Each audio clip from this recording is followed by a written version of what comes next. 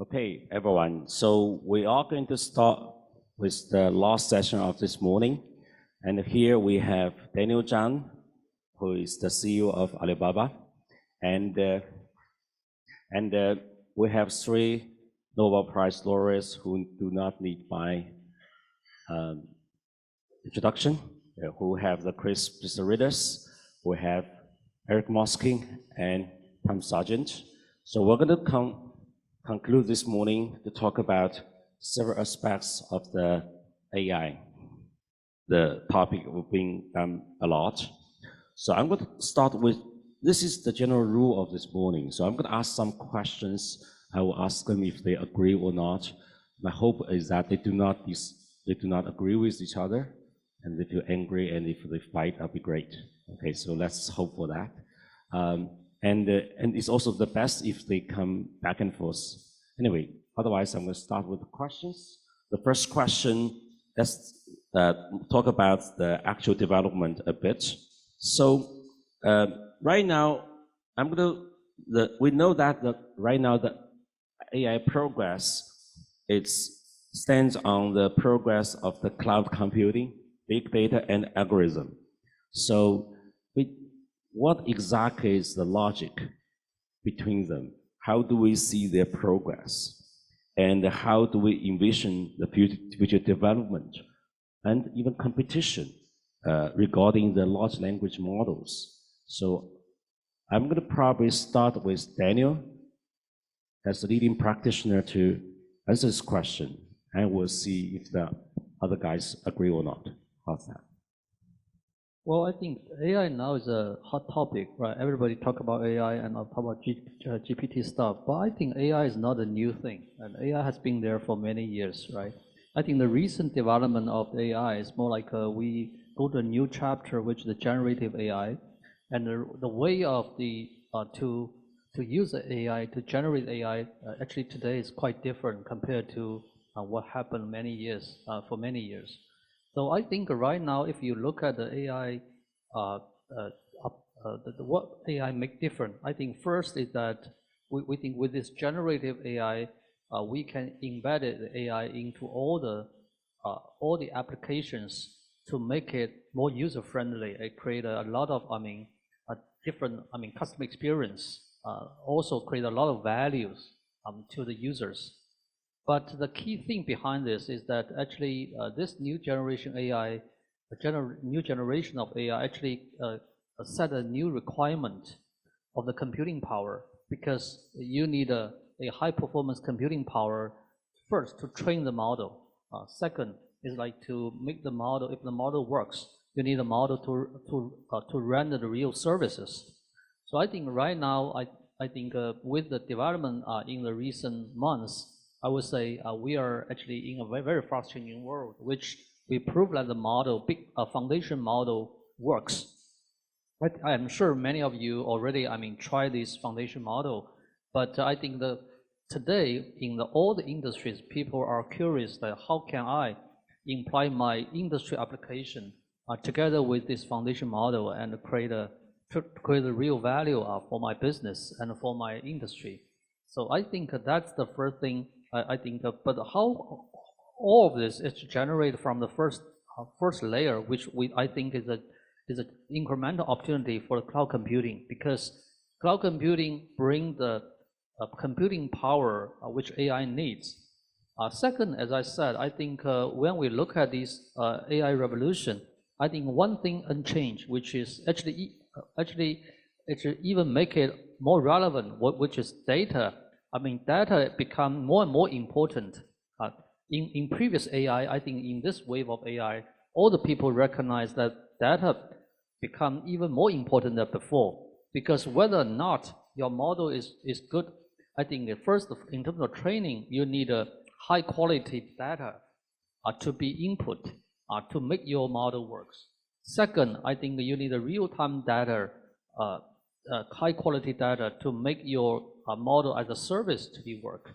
So I think that the second layer is like the data quality and the quantity and the real time make a huge difference. And the third pillar, I think is about, as I said previously, is about application. So if you can make a full leverage of this foundational model, then you can have your vertical industrialized application or models, or application-wise, business-wise models, and make it more relevant to the end customers. So I will put it in the three layers. Cloud computing, computing power, which is more like today is a utility for the AI to be used. Second is about the data of the quality of data, the quantity of data, make it make the AI different. Third is AI will be applied to all the industries via the marriage of these, foundation model, and also upgrade into a industrial application-wise model. Great. Do you guys have something to follow up? The questions, comment, disagree? I could add something. It was very interesting listening to it, because what Daniel was talking about was mainly looking at it from the employers or from the owner of the company point of view. How do I improve the quality and performance of my company? My research focus for many, many years now has been on the other side of the market, looking at it from the workers or from the individual's point of view, either as a customer or as a worker, and asking, the worker asking, how is this AI revolution going to affect me, and what can I do to improve my work performance, improve my skills, and improve the quality of my life?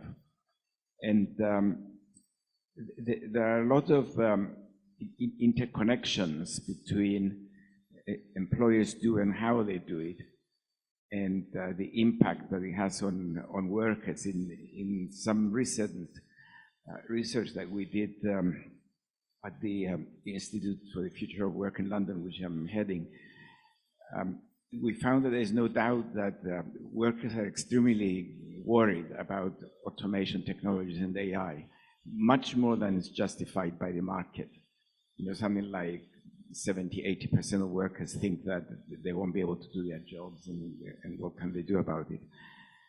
And a very large number of workers as well are concerned that they don't know what's going on in their company, that their employers might decide to bring in new AI technologies, equipment. It might either affect their jobs in ways they don't know, or it might take over their jobs. And I think that's a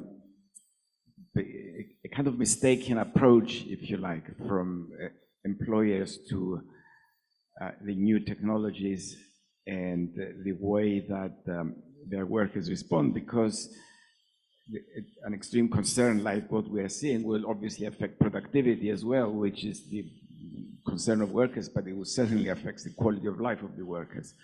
Whereas if employers were more, if they became more collaborative, if they engaged their workers in discussions about the new technologies, if they've given them time and the opportunity to adapt to their skills whilst employed, you know, set aside a number of hours where the worker could use the intranet of the company to learn more skills, to learn about where they're going, then they shouldn't be so concerned about what's going on in the company, and it will benefit both the quality of life of the worker and the productivity of the company. Cool. Anything to add?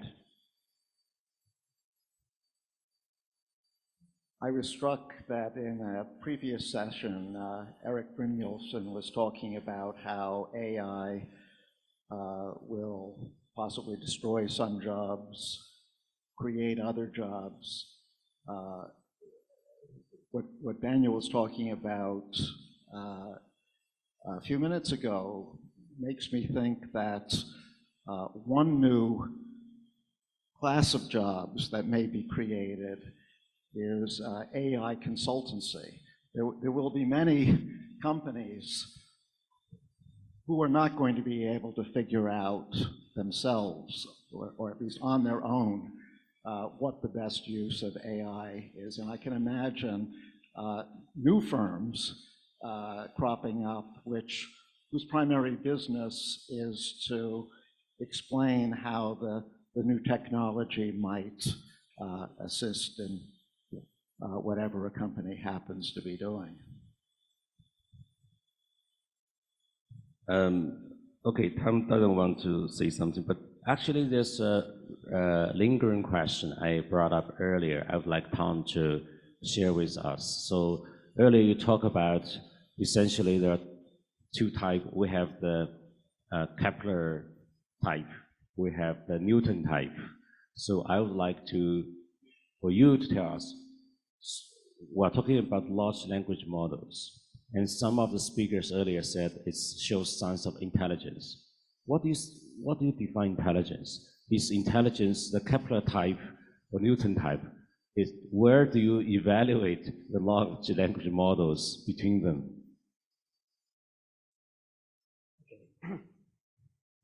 Is this on? Can you hear me? Yeah, so I think philosophers and good scientists tell us that all intelligence is artificial. And here's what they mean by that. So if you kind of ask, what do you mean by intelligence in human beings? It's things that we do. We look at patterns. We look at data and we form patterns. Some animals do that too. We look at patterns. That's one thing. So we try to detect patterns. The other thing we do is we generalize. We took those patterns and we apply them to situations that we extrapolate and interpolate. And then the other thing we do is we try to, I guess you'd say, philosophize, make sense of it and back up and interpret it in kind of, there's words that you could say, but modern scientists don't use the words like cause and effect. They don't use that word. Physicists won't use that word.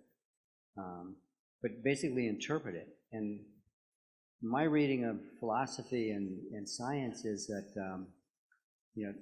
to describe the challenging problems, how do you integrate induction, which is learning from data, and deduction, using math to interpret it? And there were people like Descartes and Bacon and people who had a program to rationalize the whole process, have a axiomatic theory about how you integrate it.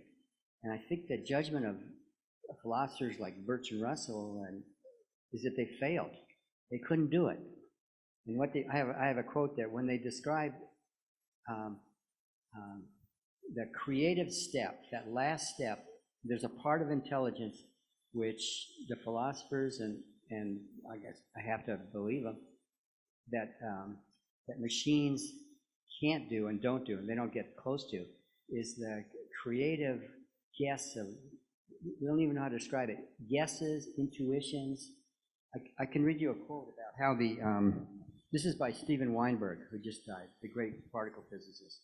He said, the standard model, which is the great model of physics, is a product of guesswork, guided by aesthetic judgment, and then validated by the success of a bunch of its predictions. Validated by what? Say again? Validated by what? Success of?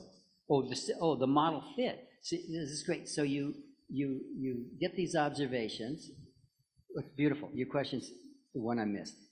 You get these observations, you assemble them, you don't know what to make of them, you amend the theory, you amend the good theory by guesses and hunches. You said, well, something was a field or wave, I'll say this is a field or wave.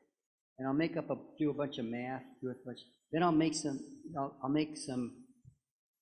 extrapolations outside. And like the big triumph is the Higgs boson. They predicted that would exist.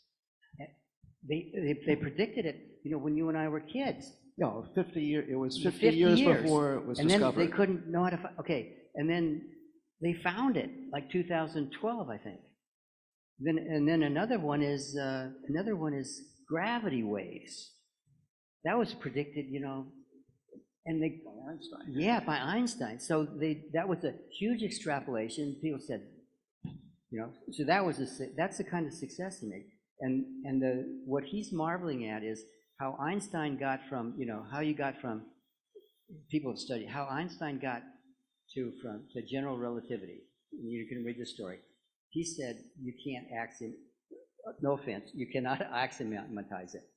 You know, you can't rationalize it. It's, you know. So can machine learning replace Eric as a theorist? I would love it. I wouldn't. Okay, sorry.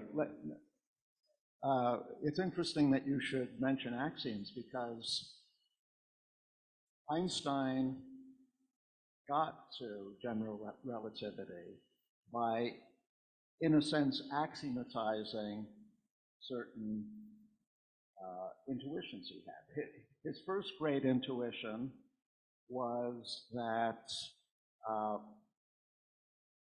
you couldn't go as fast as light, or you couldn't go faster than light, because he did this thought experiment. He imagined, what would it be like to travel on a light wave? What would you see? And he concluded you couldn't see anything because you were traveling as fast as light. So he determined you. And some guys who talk like that, you put in a hospital. The other great, so that gave him special relativity. And the other great intuition was to imagine himself in an elevator, where the elevator is moving up at a uniform rate, and this gave him the equivalence between gravity and inertia, which were not obviously the same things at all, but if you're in an elevator and the elevator is moving up, is that gravity? Is that the feel? Is that the feeling that you're getting from the floor of the elevator, or is it inertia? With that one, but in defense of machine learning now, the reason he started thinking about that second thing was I'll call him a machine learner, told him, oh, special relativity misses these data. It does not explain this. And that bothered him, and he started thinking, yeah. But coming back to the point you were making, Tom, to go from those thought experiments to a general principle seems, at least these days, out of the range of any artificial intelligence. That's the creative step that, as we envision. Eric, you can put this closer. Okay. So you didn't hear what I said before. Maybe it's just as well. I couldn't understand if I even hear it.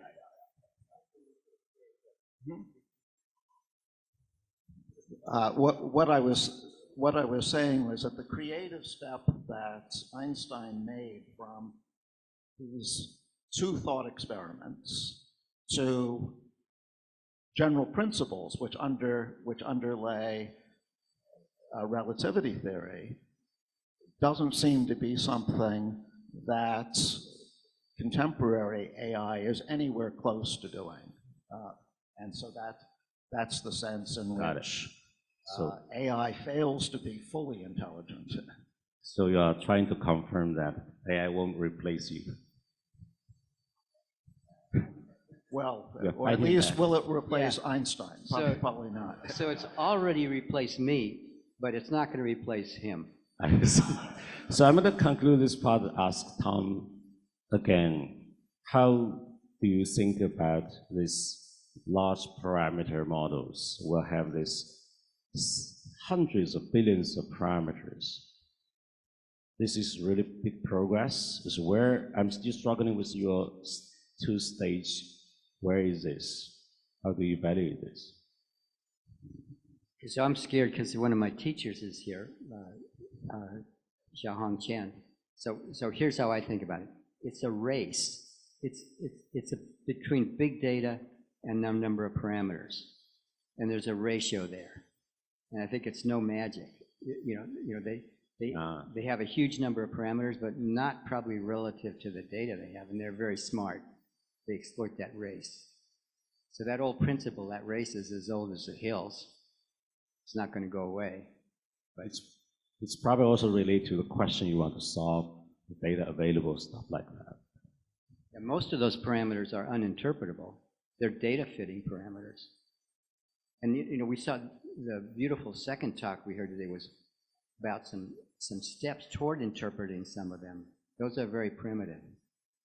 And they're exciting, but yeah. So you see some hope, but it's a race in nature. Yeah. Yes. Yeah. Okay, so let's move on to another related topic. It's the impact of AI on growth, economic growth, and income. That's something we all care. So we see that AI could, as several previous speakers show, that could improve our productivity, probably growth. And so from our point of view, is this a new engine that leads to a large increase in productivity or our income? Anybody wants to start? Shall I start again? And I hope this time we don't switch to the philosophers a bit too quickly after we talk about productivity. This discussion reminds me a little bit of a famous comedy written by Aristophanes and performed in Athens 2.5 years ago when Athens was full of philosophers, and he said, well, the philosophers are walking on clouds, but what we care about is what's happening to the people below on the ground. So I'll talk to you about the ground, and then maybe we can get to the cloud. The cloud existed in ancient Athens as well, as you can see. In fact, the comedy is called The Clouds. Okay, what's happening to productivity? Well, productivity, as you know, has been stagnating for several years. Not in China, but at least in the industrial economies. And one of the reasons I think that we see it stagnating is that the productivity improvements we had in the past, say in the last 20 years, have been concentrated in small sectors of the economy. For example, if you go back and look at robots, when all the discussion we're having now about AI, it was about robotics. Are they going to replace jobs? Are there going to be any minor jobs left for workers, unskilled workers to do, and all that? With robots, it had applications in manufacturing mainly. Manufacturing is a very small sector of the advanced industrial economies like Western Europe and United States. And they improve productivity. And if you look at the countries that employed most robots before the others, which are Germany, Japan, and South Korea, they're also the ones that have the most productive, the most successful manufacturing sector. But if you look at their economies as a whole, you might think that they're stagnating because manufacturing is only about 10–15% of their GDP at most. Now, I think with AI, especially generative AI that we're seeing now, we're going to see applications in many more sectors of the economy than the small sectors that we've been seeing in the past. As Eric had shown on his very informative slide on what jobs are affected by the new AI developments, and it goes from 0 wages to 100, so basically everything in the economy is affected, although to different degrees. Then I think there's a very good chance that we're going to see productivity improvements across the board. So there is it's very likely that that we are going to see a change in productivity growth, and therefore in economic growth as a whole, that will affect a lot more than small sectors of the economy like robotics and AI.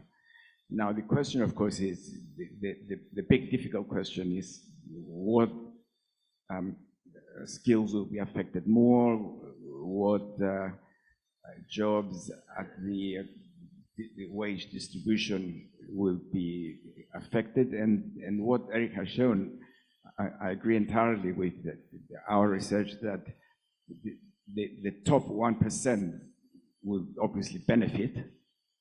The bottom 1% will suffer, but what's going to happen to the top 20% and the bottom 20% is a big unknown.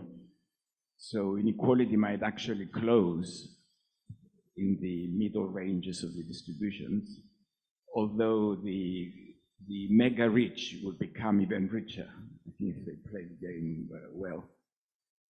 And the unskilled workers, they need to be reskilled quickly, otherwise there will be no jobs for them to do. So if my understanding is correct, it basically says that productivity will improve cross-bar in terms of the actual impact. The top and the bottom, at the top will benefit really the top. The really bottom will get hurt. In the middle, probably the income gap will decrease. Is that what you're saying? Yeah, in contrast to the first introduction of computers, the famous work of David Otto and others, where they've shown that the middle has been worst affected and hollowed out. But when they were talking about the middle, they were talking about a rather narrow range in the middle, that a lot of the jobs on the right of the distribution benefited, and a lot of the jobs in the middle suffered, and the bottom was not affected by computer software. Whereas now what I'm talking about is that it's the very, very top of the distribution, the one that comes up well beyond the 90th percentile, maybe the top 5%. If you remember the graph that Eric has shown, it is shown there to some extent, because it goes up as being affected, and it goes up and up and up until you reach about 95%, and then suddenly comes down. That's the one that would benefit most. It's a small number of workers, if you can call them workers, obviously, but and they're already extremely well off. They are the Bill Gates and Elon Musk of this world. Anybody? I have a question for Chris, if that's all right. If we judge from the experience of previous technological revolutions, then yes, it's certainly reasonable to expect increases in productivity. There was this enormous increase in productivity in the Industrial Revolution of the 19th century. We eventually had an increase in productivity after the Internet revolution. And so applying that logic, we should have one again. But in the previous technological revolutions, there was often a very sizable lag between the productivity improvement and the technological improvements. Do you have any view about how long a lag we can expect this time? Well, of course, you cannot really predict, because to get the improvement in productivity, you need both the application of technology and the complementary upskilling or reskilling of workers so that they match the needs of the new technology. Now, what we know, and I think was shown in the introductory video of the Luohan Academy, is that now technological improvements are applied much faster than in the past, much, much faster. Starting sometime around the 80s or 90s, ChatGPT was completely unknown 9 months ago, 10 months ago, and now everywhere you go, that's what they ask you about. Smartphones, they're less than 20 years old, whereas the other phone, the landline, it took decades and decades to be applied as a communication. So now, given the faster application of technology, it now goes back to the comment I made right at the beginning that how fast companies can take advantage of it depends very much on employers and how much time they give to their workers to reskill, how much they help them, how much they engage them in the new technologies. And the companies that do it will be the successful companies. They will be the champions. Just look at robotics again. The manufacturing companies, take the motor industry, transport equipment production, the main users of robotics. The companies that adapted fastest are the ones that basically kick the others out of the market, and they become the big exporting companies, which are mainly located in Germany, Japan, South Korea. Now that the electric vehicles came, the company, Tesla, that adapted it most quickly and used the data to provide the training for their workers and make it a kind of complementary advance, basically dominated the market. And now, of course, other companies are coming in, but they've done their bit. And the same thing will happen now, I think, but it will be faster than definitely the 19th century, but I would think 20th century as well. Anyone wants to say something? Yeah, let me add a few points in a more efficient way. I think, first of all, if you look at the ecosystem, I think the growth opportunity will be centralized to fewer parties if they go to the hardcore part. So for example, right now, if you look at the recent month's share performance of NVIDIA, right? So why the share prices, double, triple, or even more, like 10 times, is because all the people expect that the whole world need more GPU to have this computing power to support this generative AI, and especially when all of these apply to the real industries across the board. So the hardcore part, I think, will capture a very meaningful part of economics in terms of growth. While I think on the upper side, the opportunities are cross-board. But I will add my point that actually just look at what happened in the mobile internet, generation. I would say a lot of companies, they are not only upgrading from the existing business. Actually, a lot of companies, they didn't exist before mobile internet. But I would say today, when we talk about AI, it's like for some industries, for a lot of industry, when we talk about a lot of industry or all the industries, actually, which means the industry we have been seeing for many years, like manufacturing, like transportation, all the industries, financial services. For all these industries, I think that's no question. I think there's no doubt that all the industry will be upgraded by application of AI. But I have to emphasize that I strongly believe that going forward, this will generate the new industries which we never seen, or will generate new services which we never seen before because of this generation of technology. And I think this makes the whole society move forward. But of course, during that course, I think some industries and some services, they will suffer a lot, and they may even disappear, as a result of this progress. But I think this is not new to us. This is, if you look at the history, I think that for all the new generation of technology, applied, then some new industries come, some old industry disappear. Could I add something actually? Now I'll go back to the philosophers, in fact, if I may, if you can call Keynes a philosopher. But that's precisely the point that even the great John Maynard Keynes missed in 1931, and people keep repeating it, that he was, when he was writing, even his great book, The General Theory of Money and Interest, and something else that I can't remember, employment, of course.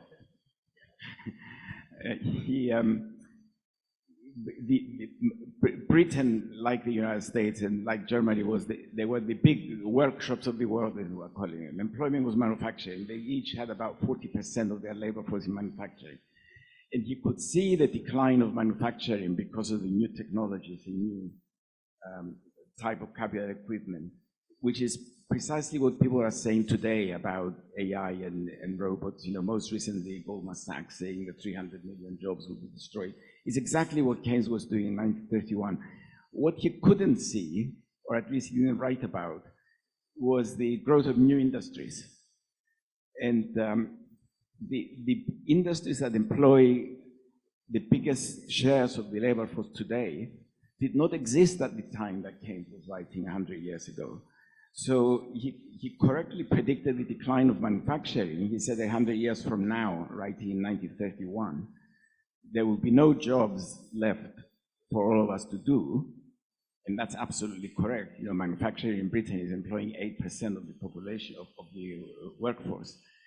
But he didn't anticipate that there's going to be a hospitality industry, a health industry, a retail industry that will employ those vast numbers of people who were leaving manufacturing. And that's what you should always be bearing in mind.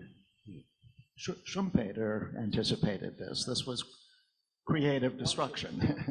Yes. Schumpeter anticipated, Leontief didn't at the same time. Leontief made the same mistake as Keynes in 1981, much later. So what you guys are saying essentially is growth is through creative destruction, structured creative destruction. So I have a follow-up question to end this part. So in your view, at least in the short to medium term, is AI, this revolution, is more a tool or content revolution or a paradigm shift? A paradigm shift that the current players will be fundamentally changed. If it's a tool that everybody can learn, the current companies will survive, we're all learning, create more content. So is that paradigm change or is it a tool revolution in your view? Daniel suggests at least in the longer run, it's going to be a paradigm shift, I think. But what do you guys think?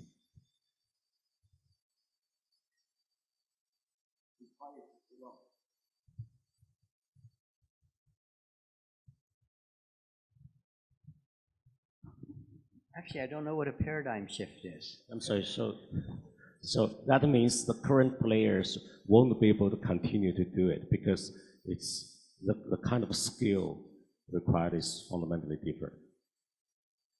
You need an audio organization to do it. Oh.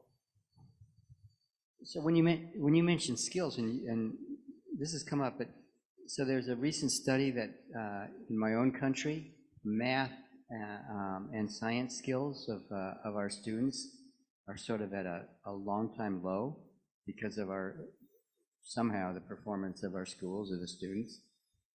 That is not encouraging in terms of our rate of adaptation to these things. So maybe a constructive thing is, well, you know, it's been mentioned, how is a job designed? You know, there's models that, like the Ben Perath model. The model, there's models of what a job is, as well as partly got a training component. And you might have to see a lot of, you know, Chris's remarks about what firm strategies should be, kind of redesigning jobs to, you know, to help workers. And then when you say new paradigm, what I'm thinking, I visited a plant recently, a factory in China, and they showed me the workers. It turns out lots of the innovations were designed by the workers. I think that's really old. I mean, suggestions for how to improve, you know, new machines to design and so on. So it's kind of in the spirit of Chris. What product was it? What were they? I don't want to embarrass the company. They were making complementary. You're not going to embarrass it. It's very complimentary that they allow the workers. They're making cell phones, and they had a whole incentive program for you know, Joel Molkier's book. A lot of innovations came from the factory floor, but this was real life. And then they had an incentive program where they were rewarding them monetarily and giving them rewards. So and the most ingenious thing I saw in that factory was invented. It was totally green. It was invented by a worker, and there it was. So this is follow-up, as I said. I think that described is more tool improvement, progress. You don't need to change the company yet. And it empowered those workers. Those workers became participants in kind of in Chris's spirit. So I actually don't know whether. That, in my view, is not a paradigm shift. It's a tool improvement. Yeah, it's a tool. That's one example. I think Just one example. I think tool is for sure. I think that this will generate a lot of new tools, and some will make productivity even better. Some will replace people's job and make the productivity even big impact, right? Make even big difference on the productivities. But I would say in some other areas, there will I think this is a new opportunity to generate a new industry. I think that's also for sure, but we may ask the GPT stuff, let them tell us what kind of new industry they will generate it. That would be a very interesting. That'd be hard. Yeah. So, okay, this is partly language. So this Ding talk, which is fascinating. I've used it, and it's now, is that a new paradigm, or is that kind of a much more efficient way of doing things we were already doing? So I think it's a new way of coordination. So I would call this a paradigm. Tom, I would think this is a tool-based. This is a tool-based upgrading. Okay, Yeah. okay, that's tool-based.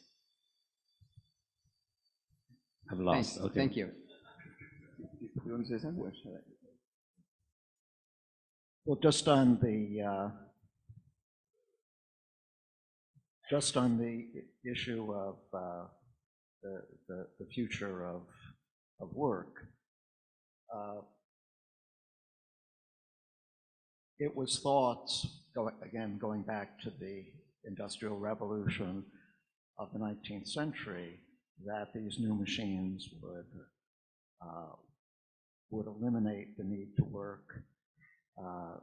Keynes in the 20th century thought the new machines would eliminate the need to work.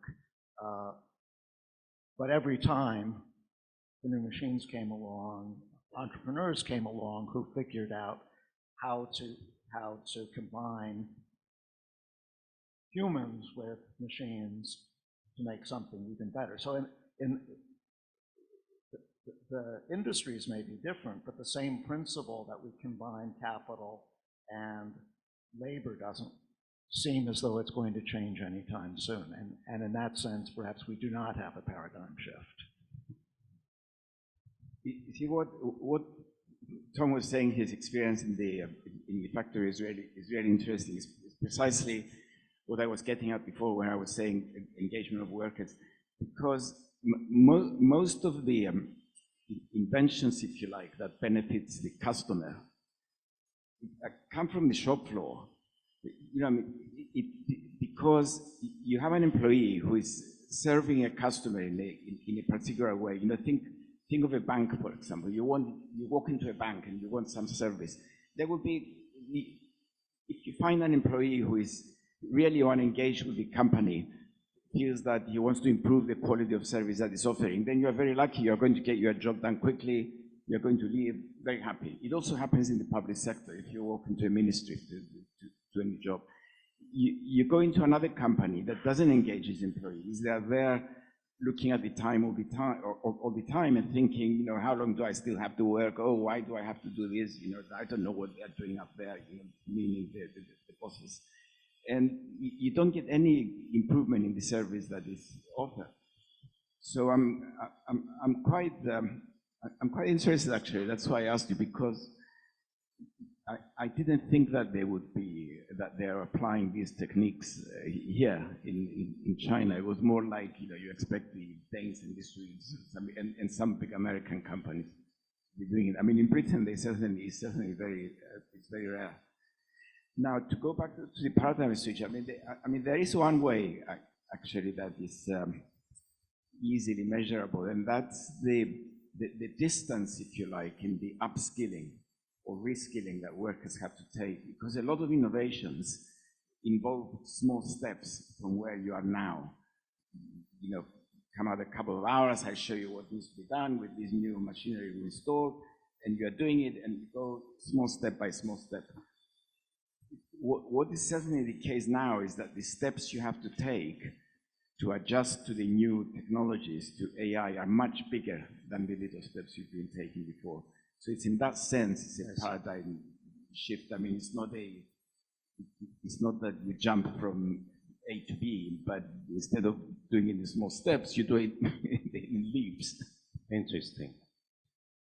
So let's move on to a related topic. It's the impact of AI on organization and coordination.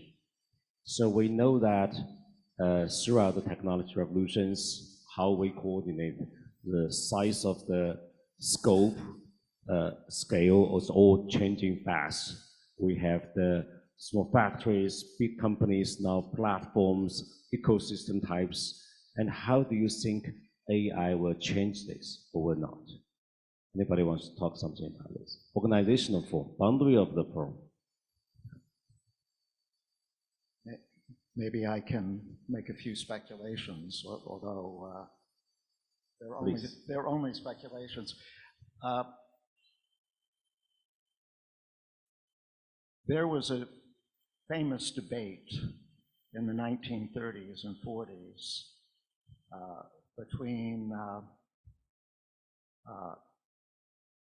Abba Lerner and Oscar Lange on the one hand, and von Mises and von Hayek on the other hand, about the extent to which centralization could work. Lange and Lerner were saying anything that a decentralized market can do can be replicated and perhaps even improved upon by a centralized system. They were talking about whole economies, but you can also talk about a hierarchical firm. And Hayek and von Mises said, no, there's too much information involved in centralization. You have to transmit information to the center, and then the center has to transmit information back. That's too inefficient. It's much better to have decentralization. Now, the interesting thing about AI is that there's a sense in which it recreates the possibility of more centralization. That is, because it's able to handle vast amounts of data, the data processing function that Hayek and von Mises thought was impossible to do at a centralized level might actually become more feasible than it was, and that actually might argue for bigger organizations or even more centralized organizations. But at the same time, we know that innovation tends to come from a decentralized system where people have the independence of thoughts to be able to move in new directions. And at a time where technology is changing, AI technology in particular, freedom of thought becomes even more important than previously. And so that pulls us in the opposite direction. It's hard for me, therefore, to anticipate which of these two forces might in the end be stronger. It could go either way. So could maybe summarize your thoughts this way, because creative destruction more likely to come from decentralized channels. Then no matter how advanced is technology, probably the market is always have a central place for human progress, marketplace. At the same time, with the ability to process more data, centralized organizations they might will become more stronger. effective. And the Yes. advantage of centralization is that all the externalities of a decentralized system can be internalized. Let me add one more observation. Nowadays, we see platforms. It's a combination of the centralized mechanism and decentralized creativity methods. They solve some of the externalities of individual firms. That's another way to go ahead. I've got a comment, a question actually on what you said, which is related to some other work that I've been doing on the public sector with a company called White Shield that advises public sector. I mean, it is true. What you say is absolutely correct. That a centralized organization has the ability to provide better service. And the state, of course, is the ultimate centralized organization. So in the services the state provides, and of course, even in our countries, even in Britain, for example, the state provides such a big diversity of services going from health, education, social support. But to do that effectively, it needs data, big data. And the data is not in the hands of the state in countries like Britain or European Union, and that's the United States. It's in the hands of big companies. Now, how do you get the big companies to give their data to the state so that the state provides a better public service? That's my question. Of course, the state can mandate it.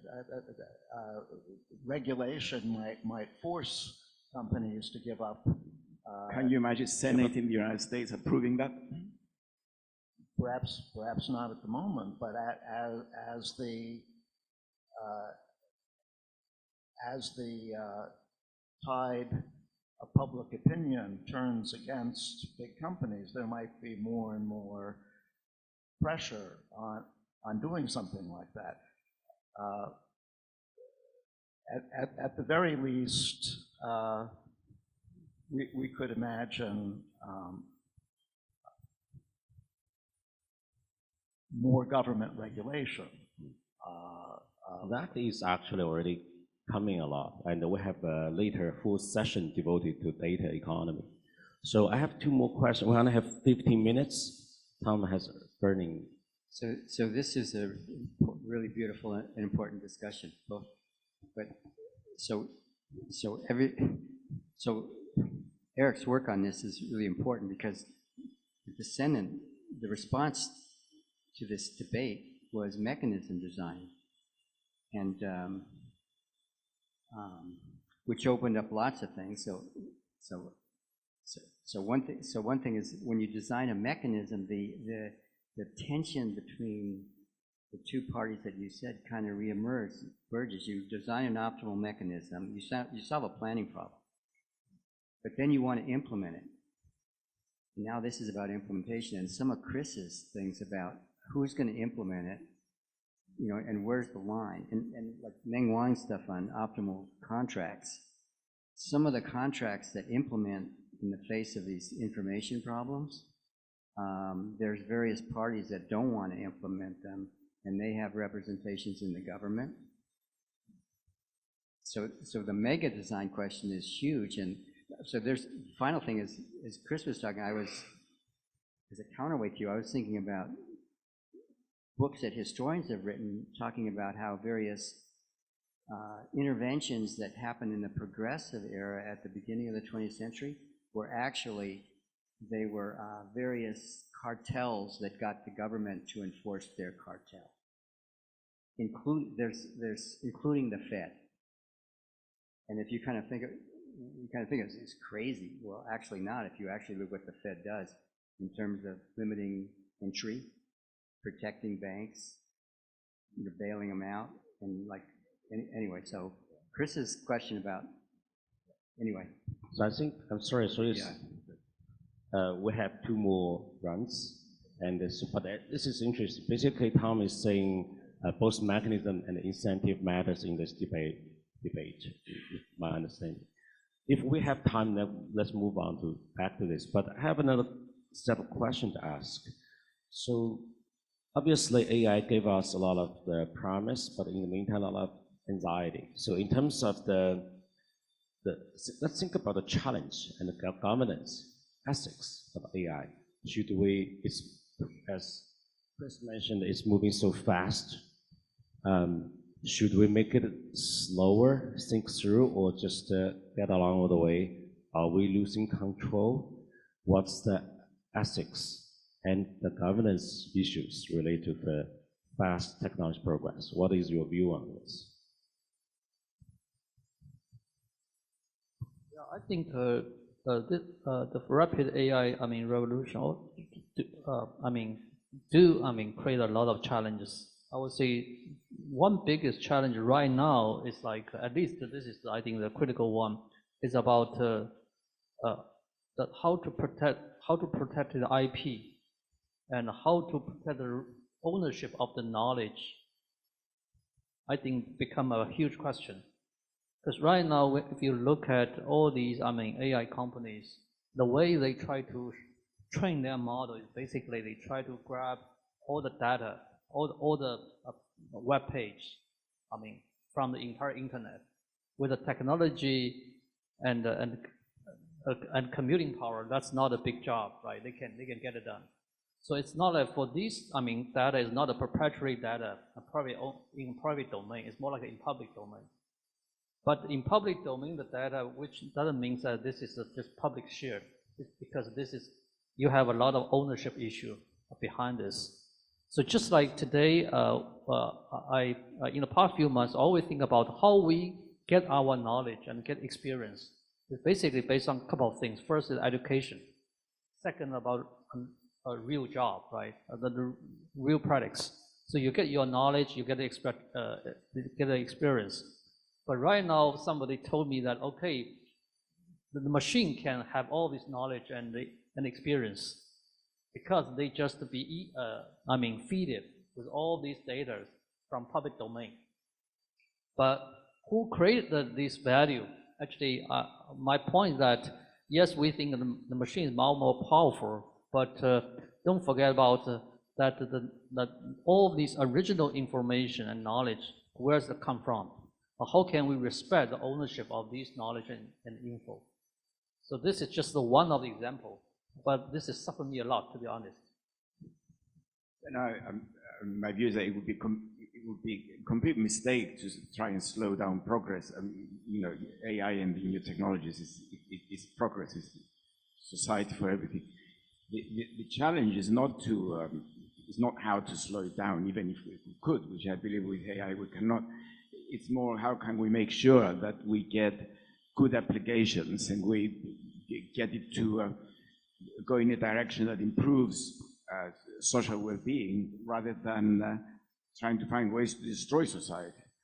And all credit to Jeff Hinton, for example, that recently he said, sometimes I see it going in ways that are dangerous. Effectively, what he was saying, I'm not here to slow it down, but I want to feel free to criticize when it takes a wrong turn and make sure that we direct it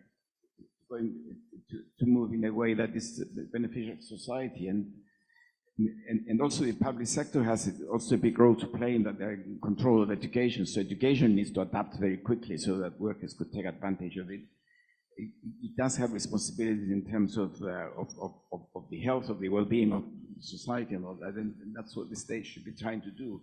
Not try and regulate it to slow it down, but try and regulate it so that it takes the right turns in terms of what's needed to improve in society. It seems to me that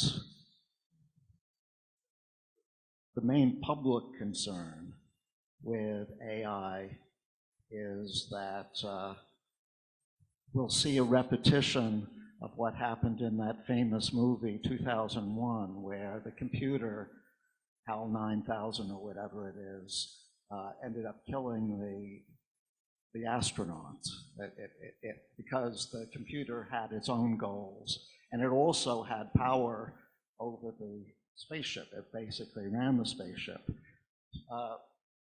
as long as we're using AI to get answers, to make predictions, to write essays, as ChatGPT does, it's very hard to see how it can ever be an existential threat, because it's just providing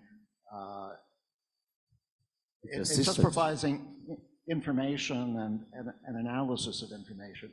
It's when you combine that function with control over our daily lives, when it's for example, you turn over the operation of the Federal Reserve to a computer, that we're running up against the risks that the public is worried about. And so when we look to regulation, I think most of that regulation ought to be directed toward limits on the extent to which computers can actually run things, rather than limits on the technology itself. So Daniel started by saying there are real actual big challenges. And Chris basically said that we need to be, shouldn't slow down. We just have to be very adaptive to put into our actions. And I think Eric emphasized that we should really align the technology progress with human interest, to make sure it's on the right track. Tom, you want to conclude something? No? Okay, so we have 5 more minutes, and we have the last round. We can talk about this. So essentially, the last question is the invasion of future of AI. Let's conclude this way. Then imagine how will AI develop in the next 5 to 10 years, and how will its relation with human change? We're talking about different aspects of this. Let's put together what do you think in the next 5 to 10 years, what most likely will happen as the future of AI as its relation to us. Who would like to continue? Big guess.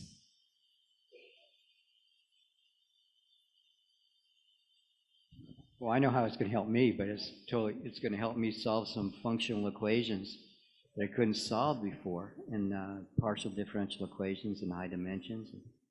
There's really good work being done in China. It's open source. It's going to help me solve some models.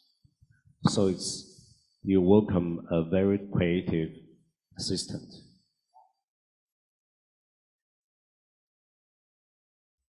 One thing that has worried me in the internet age is how do we know what the truth is anymore? In the US, in the days when there were just 3 television networks and most people got their news from these networks, we had an authoritative source for what was going on in the country, in the world, but that scene has changed completely, and most people are not getting their news from a network or even an established newspaper. They're getting it from some source on the internet that they may not even know. And it seems to me that one promise that AI gives us is the ability to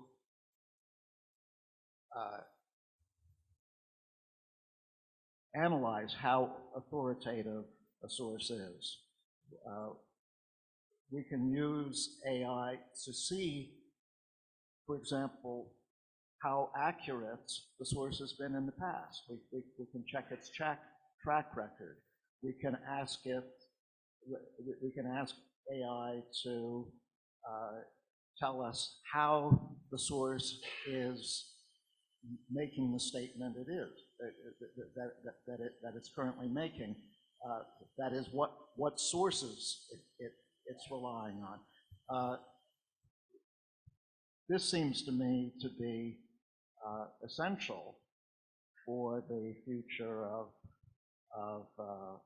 politics, of social decision-making, to be able to determine better what the truth is.